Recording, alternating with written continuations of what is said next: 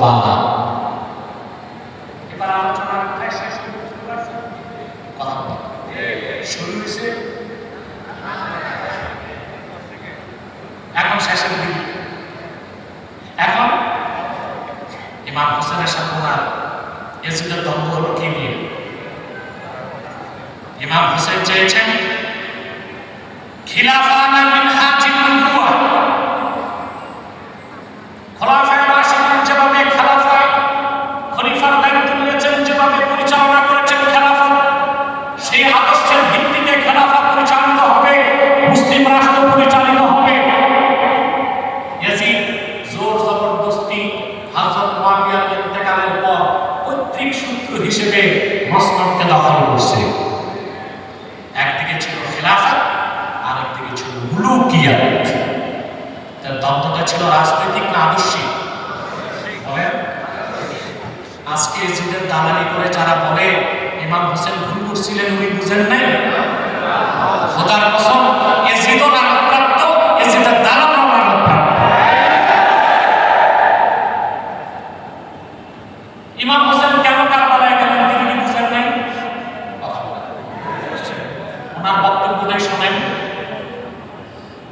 ওনাকে আব্দুল্লাহ বিন আব্বাস সহ অসংখ্য সাহাবী পরামর্শ দিলেন, আপনি কারবালা যান না, ইরাকে যান না।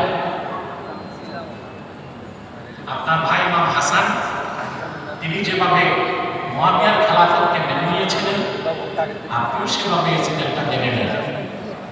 হযরত ইমাম হোসেন জবাব দিয়েছেন, ইন্নী লা আরজু আন ইউতি আল্লাহু আখি আলা নিয়্যাতিহি ফি হুব্বিহিল কাফা। আমার ভাই হাসান মুসলিমদের বৃহৎ কল্যাণে মুয়াবিয়ার খেলাফতকে মেনে নিয়েছিলেন, হাত গুটিয়ে রেখেছিলেন, তার নিয়তের কারণে আল্লাহ তাকে পুরস্কার দিবেন। ওয়া আন ইউতিয়ানি আলা নিয়্যাতি ফি হুব্বি জিহাদাজ জালিমিন। আর আমার নিয়ত হচ্ছে জালেমদের অপশাসন থেকে মুসলিম দুনিয়াকে রক্ষা করা। আমার নিয়তের বিনিময়ে আমাকে আল্লাহ ভিন্ন পুরস্কার দিবেন। কার কথা? ইমাম হোসেনের। তিনি বলেছেন আমি জালেমদের বিরুদ্ধে জিহাদে যাচ্ছি। এই জালেমদের হাতে উম্মাহ নিরাপদ নয়, এই জালেমদের হাতে মুসলিম বিশ্ব নিরাপদ নয়, এই জালেমদের হাতে মুসলিম জাহান নিরাপদ নয়, এই জালেমদের হাতে শরীয়ত নিরাপদ নয়। তারপর তিনি গেলেন কারবালায়। তারপরের ঘটনা এত শুনছেন আপনারা বাংলাদেশে, আপনাদের মুখস্থ হয়ে গেছে, কিন্তু মূল শিক্ষা যেটা হৃদয়ে লালন করতে হবে সেটা হচ্ছে ইমাম হোসেন রাদিয়াল্লাহু তাআলা আনহু কারবালার প্রান্তরে সঙ্গী সাথীদেরকে নিয়ে 61 হিজরিতে শাহাদাত বরণ করে মৌলিক যে শিক্ষা তিনি মুসলমানদেরকে দিয়ে গিয়েছেন, তার প্রথমটা হচ্ছে কাফের ও বাতিলদের সাথে কখনো আপোষ মুসলমান করতে পারে না। 2 নম্বর হচ্ছে মুসলমানদের রাজনৈতিক আদর্শ মুলুকিয়াত, জামহুরিয়াত হবে না, আদর্শ হবে খেলাফত। 3 নম্বর তিনি বুকের তাজা রক্ত ঢেলে কারবালার প্রান্তরে ফতোয়া লিখেছেন, ইসলামে দুটো বিধান আছে, একটা রুখসাত আর একটা আযীমত। কিন্তু কখনো কখনো রুখসাত গ্রহণ না করে আযীমতের উপর থেকে জীবন দেওয়াটাও মুসলমানদের মৌলিক দায়িত্ব। সে আদর্শ ইমাম হোসেন রাদিয়াল্লাহু তাআলা আনহু কারবালার প্রান্তরে স্থাপন করেছেন। অতএব আমাদের যে শিক্ষা সুহাদায়ে কারবালা থেকে নিতে হবে, জানলা দিনের প্রশ্নে আমাদেরকে হতে হবে আপোষহীন।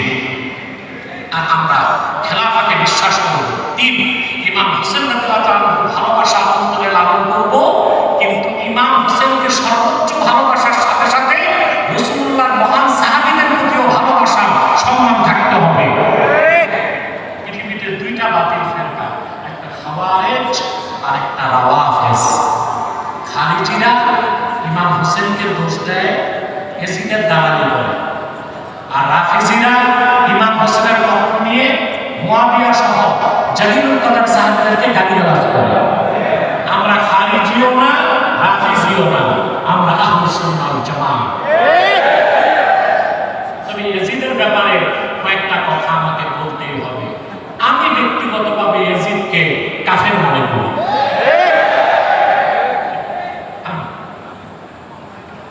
আমি প্রচুর পড়াশোনা করছি এই ব্যাপারে আমার 1 ঘন্টা 15 মিনিটের একটা ডকুমেন্টারি আছে, এটা দেখার চেষ্টা করবেন। আজকে তো সময় নেই, ওটা দেখে নেবেন। আজকে কয়েকটা বিষয় আপনাদেরকে বলছি, দেখেন। তাফসীর রুহুল মাআনিতে আল্লামা আলুসি রুহুল মাআনি 25তম খণ্ড 309 পৃষ্ঠায় তিনি কোরআন শরীফের একটা আয়াতের ব্যাখ্যা করতেছিলেন। ফাহাল আসাইতুম ইন তাওয়াল্লাইতুম আন তুফসিদু ফিল আরদ ওয়া তুকাত্তিউ আরহামাকুম উলাইকা আল্লাযীনা লা'আনাহুমুল্লাহু ফাআসাম্মাহুম ওয়া আ'মা আবসারাহুম। এই আয়াতের তাফসীর করতে যে ইমাম আলুসি রুহুল মাআনিতে উল্লেখ করেছেন কথাটি।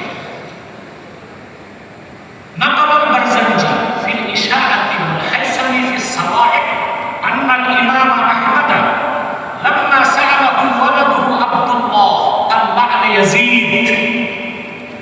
আহমদ বিন হাম্বলের নাম শুনেছেন? কত করে ইমাম?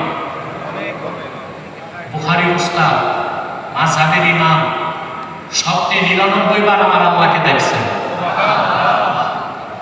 গোটা সৌদি আরবিয়া রাষ্ট্রীয়ভাবে হাম্বলি মাযহাবের অনুসরণ করে। আহমদ বিন হাম্বলকে ওনার ছেলে আব্দুল্লাহ একদিন জিজ্ঞেস করেছে, বাবা ইয়াজিদকে লানত করা যাবে? কে জিজ্ঞেস করছেন? আহমদ বিন হাম্বল ওনার ছেলে জিজ্ঞেস করছেন, বাবা ইয়াজিদকে লানত দেওয়া যাবে? আচ্ছা আপনারা বলেন তো, মুসলমানকে লানত বর্ষণ করা যায়? কাকে লানত বর্ষণ করা হয়? বেঈমান। জিজ্ঞেস করছি ইয়াজিদকে লানত বর্ষণ করা যাবে?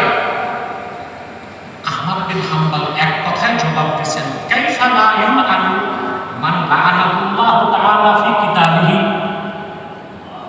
আল্লাহ কোরআন শরীফে যারা লানত বর্ষণ করছেন তাদের লানত দেওয়া যাবে না কোন অর্থে? আহমদ বিন হাম্বল বলেন,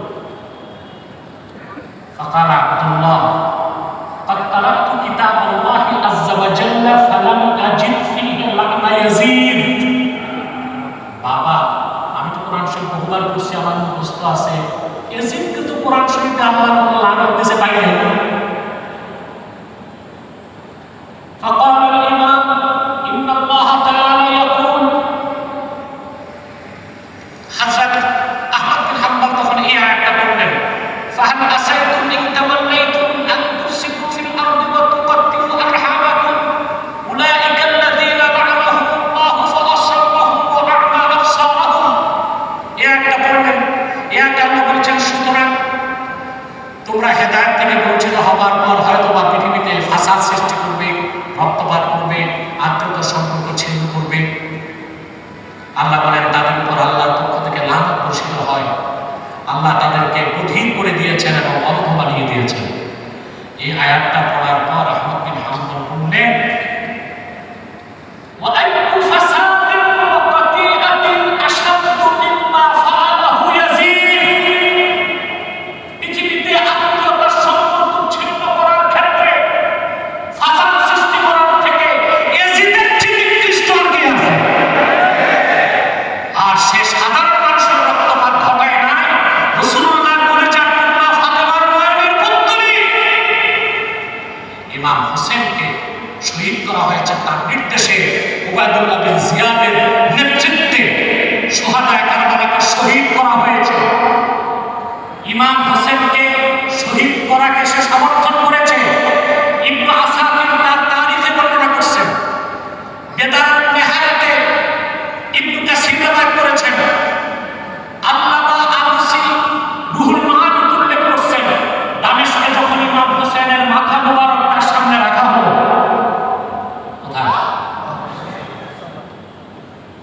বড় ঢাল আছে না, ঢালের মাঝখানে ইমাম হোসেনের নুরানি মাথা মোবারক, চারপাশে বাকি শহীদদের মাথা। কুখ্যাত ইয়াজিদ উৎফুল্ল করে বলতেছে, স্বীকার করছে কাক। সে বলল না আবাদ বলা কুলতু কুল আল্লাহ তাকুল قد اتصيت من الرسول দুয়ুনি। নাউজুবিল্লাহ। সে বলল কাক তুমি চিল্লাও বা না চিল্লাও, আমি আজকে মুহাম্মদ সাল্লাল্লাহু আলাইহি ওয়াসাল্লাম বদর যুদ্ধে কুরাইশদের 70 কাফের নেতাকে নিহত করেছিলেন, আজকে হোসেনকে হত্যা করিয়ে আমি সেই প্রতিশোধ নিলাম।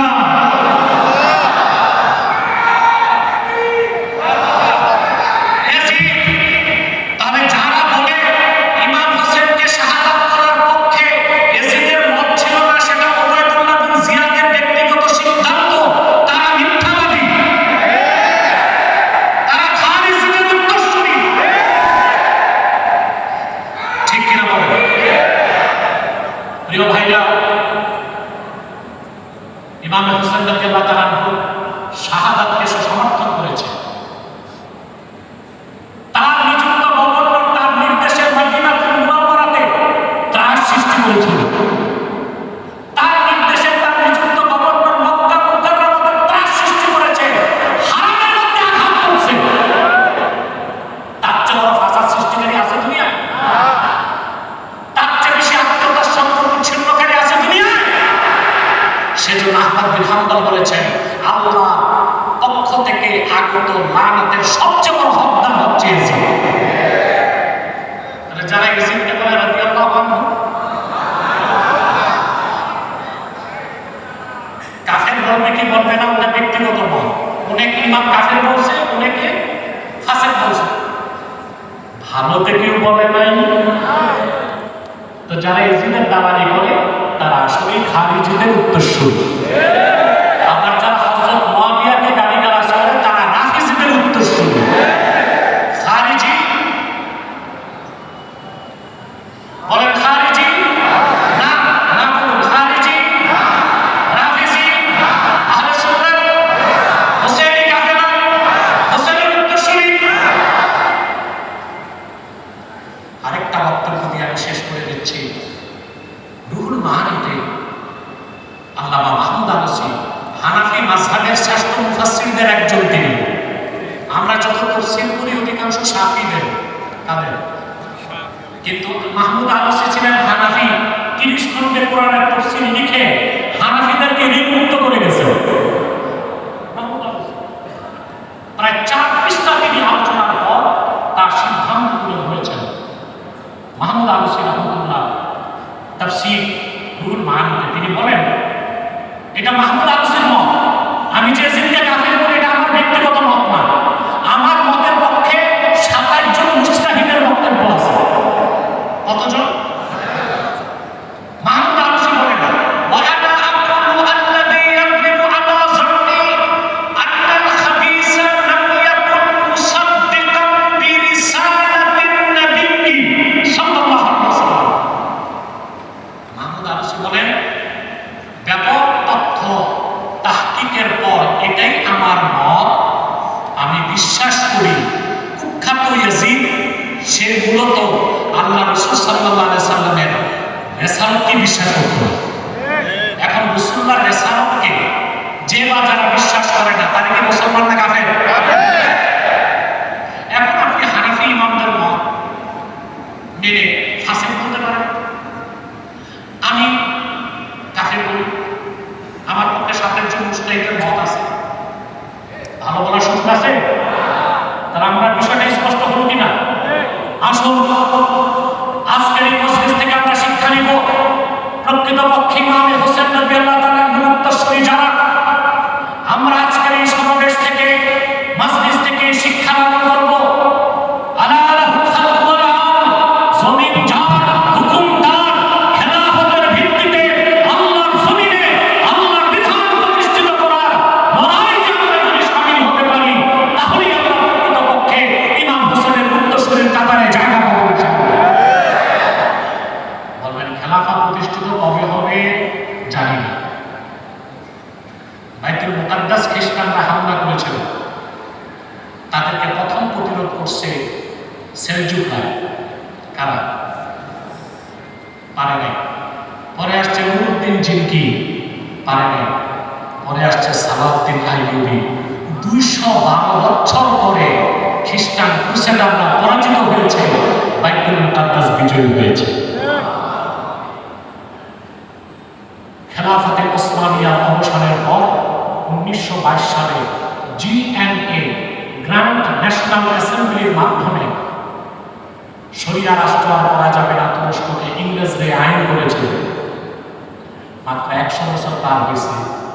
অতএব খেলাফার ভিত্তিতে শরিয়া রাষ্ট্র কায়েম করা যাবে না, এইরকম নৈরাজ্য নিরাশ আমরা হতে পারি না।